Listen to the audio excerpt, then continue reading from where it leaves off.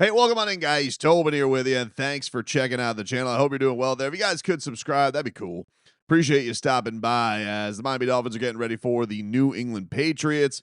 Tua Tagovailoa addressing the media yesterday in a press conference that I said there was going to be a lot of stuff I was going to be interested in his response in. Kind of no-selled the Xavien Howard thing, which is probably the right way to go for Tua.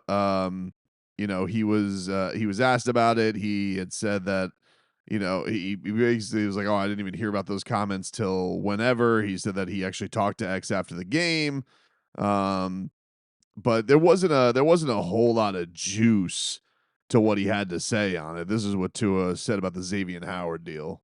One thing that gave me a lot of traction was Xavien Howard, your former teammate, saying, once we take away his first read, I feel like it's panic mode after that.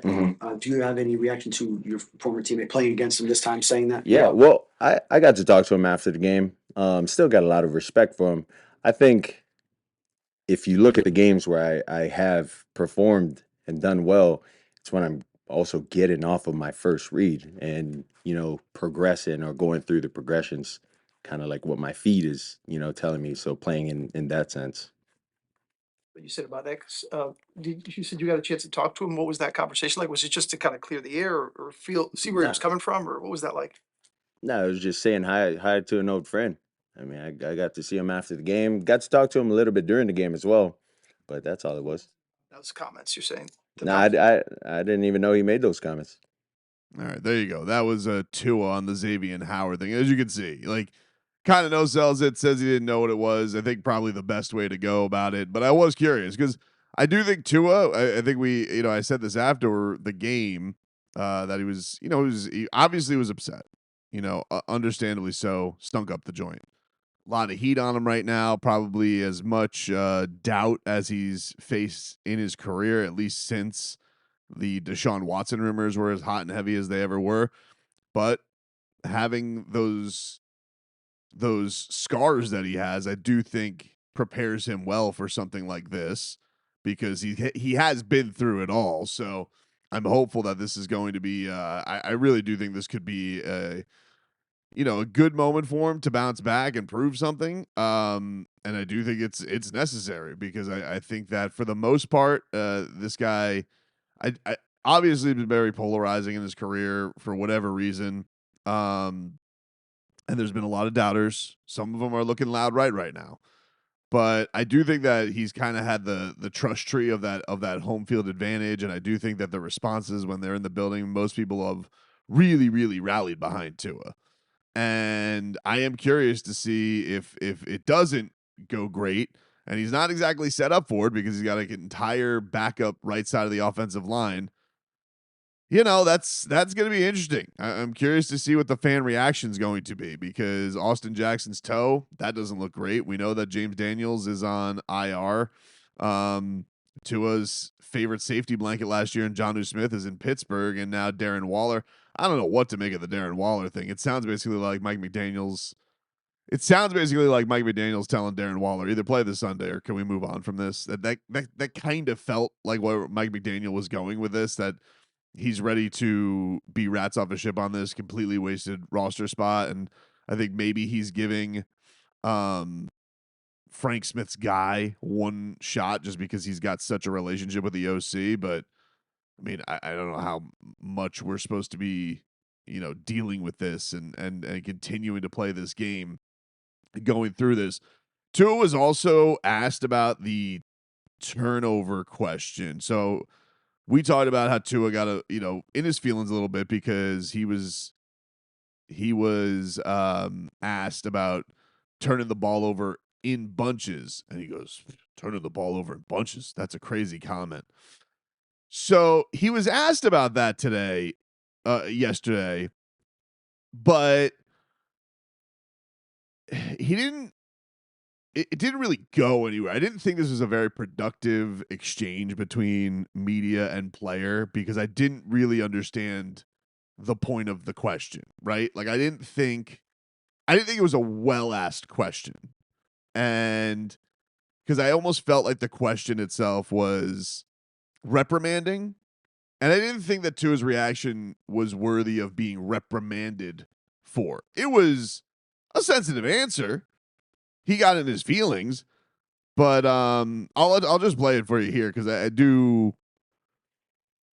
did find it fascinating, but also I kind of got why it went the way it went.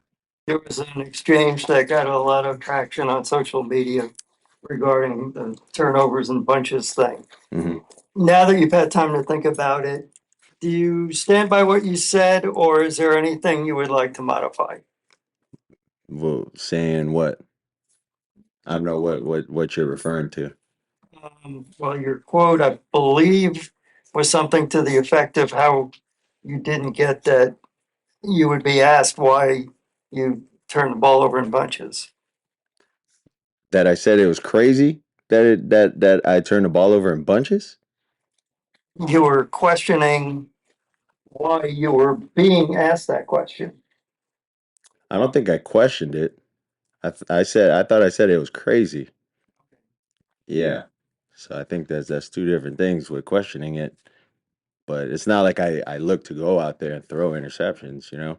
It's not like we look to go and turn the ball over or, fail on a certain play. So, yeah. So I guess my question really is, though, your reaction that is crazy is you stand by that, then I take it. Well, yeah, I just answered that. I just said I'm not looking to go out there and throw interceptions. We're looking to go out there and complete passes, get the right plays. Yeah, I mean, I don't know how else you want me to answer that. All right. So I didn't think that was very productive. And look, far be it from me to be media police in these situations. Like, I get it. I've asked plenty of stupid questions before in press conferences or with reporters in reporter scrums that didn't go fantastic. I've gotten shot down, blown off, called a fool. Here's what I would say, though. I don't really understand and the point. I kind of agree with Tua. Like, I didn't understand the point of the question, right? Like, if we were to play Monday morning quarterback on the press conference, and I feel like that was going to a productive place, I feel like it should have been like, hey, Tua, I know you took issue with the comments about turning the ball over in bunches, but these are what the stats have been as really. And in fact, I think Mike McDaniel was asked about that in the press conference in the morning. He was asked about Tua having however many 3 turnover games over the last few whatevers. And, Mike gave his whole, fixing the turnover issue with Tua, but he was asked a question. It was going somewhere. My problem with this question, the way that it went, and why I'm kind of skating on, I'm giving Tua a break because people were saying, oh, he's being very defensive there. And well, yeah, he is being defensive. I didn't think that he was given an exit ramp to go anywhere with it, because he's like, well, do you stand by that comment? And he goes, what comment? And it's kind of like, because Tua's like, when Tua said it, when he was asked that by Omar, he was in this position of like, all right, he was upset by the question very clearly, but it's not like he told Omar to go bleep himself, right? It's not like he told Omar, hey, kiss my ass. He didn't do that. He took umbrage with the question. He didn't like it. He was obviously in his feelings about it, but he didn't take any personal shots. So I don't know why he's being asked like he did something offensive. That I found that question from the reporter. I found it to be like, Tua, do you have anything to say for yourself? And he goes, what? And he goes, that I said it was crazy? Like, what do you, he's like, I'm not trying to turn the ball over in bunches. Like, I didn't find that to be a very productive exchange by any, because I didn't think it got to the point of anything. I know that Tua garners social media reaction. That's what it is. Everything that he does garners social media reaction. But I felt like if somebody was going to ask that in a productive way, I feel like the route it should have gone was, hey, Tua, I know you were upset about the comment, or Tua, you seemed upset about the comment turning the ball over in bunches, but XYZ, here's what your numbers have been. Do you have any reasoning for this as to why that's been happening with more reflection. I think that's going to go somewhere. And then if Tua picks up the comment and wants to mention it about it, okay. If he doesn't, all right. Because, but like saying, do you still stand by that? It's almost like you think Tua said something offensive. And he didn't say it. He took offense to something, but he didn't say anything offensive. So I just didn't think that went anywhere great. Tua also was asked about the fan noise and everybody up in arms about this. And he almost handled this perfectly. And then he could have polished this off at the end a little bit better about everybody freaking out. I think it's hard for me because I don't see any of what you guys are talking about. Like, I don't have any social media. I go home, I'm with my kids, with my family. Kids want to watch Disney Channel or Disney Plus. Like, gonna put whatever's on for them. Then I'll play like games with my wife while I'm there. So I wouldn't say I get to hear a lot of that or see a lot of that. But it doesn't matter anyways. Like, are they going to help us win the game? Are they going to help us lose the game? Like, that starts within. And so if we can look at each other and look at the things that we can correct and things that we can help each other on to move forward to hopefully get a win, this upcoming Sunday, I think that's what we should be focusing on. All right.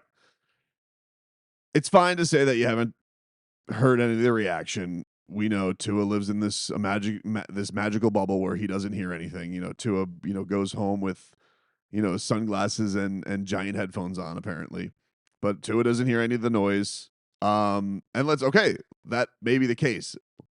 Can they help us win? Can they help us lose? Well, one, you're going into your home building for a home opener. I would hope that you would Hulk Hogan them up a little bit, be like, listen, we're going to need those fans to support us and get behind us, to be like, do they matter? That to me was like, all right, dude, I get it. You're in the bunker right now. You're trying to just move forward with things. I would have been in the place where it's like, hey, I need you guys. We need our fans. It's a home opener. We need them crazy. We're taking on a division rival, and hopefully we can go put on a good show for them. That's the rock. Now, I know Tua did take accountability on the fans after the game. So I'm not saying that Tua doesn't give a rat's ass about the fans. I'm just telling him to be like, I'm not hearing anything. I don't understand it. I know that Tua said after the game, like, hey, nobody pays for a 33-8 and the fans don't deserve anything like this. So I'm not ignorant to that, but I feel like I would have used that moment to, cut my ear to the crowd a little, because look, he may not hear it. Let's take him for his word. He doesn't hear the noise. Okay, we'll believe you. If the team stinks up the joint, trust me when I tell you, dude, you're gonna hear the noise, and it's gonna be impossible to ignore. It's the fan base is on that kind of an edge right now of their feelings and where they're at, and all that. But I think they can bounce back. I certainly do. He knows. He did mention in this press conference, he knows he's never beaten Vrabel. He knows Vrabel's had his number. So I do think there's accountability and awareness in that in his career. He's like, this guy's done a good job against me. And he also said, look, it was tough to sleep after a stinker like I had. I think it's tough. I find after those kind of games, it's tough to sleep because there's a lot of the what ifs and I wish, or maybe if I did this versus that. But I would say the decompressing is I think after those kind of games it's tough. Yeah. Well, listen, I can't imagine. It was probably a rough one, and also he took some licks in that game. But there he was, holding his court this week on a bevy of topics, plenty of interesting things in the hopper for old Tua to get after, and now he has to get after these Patriots.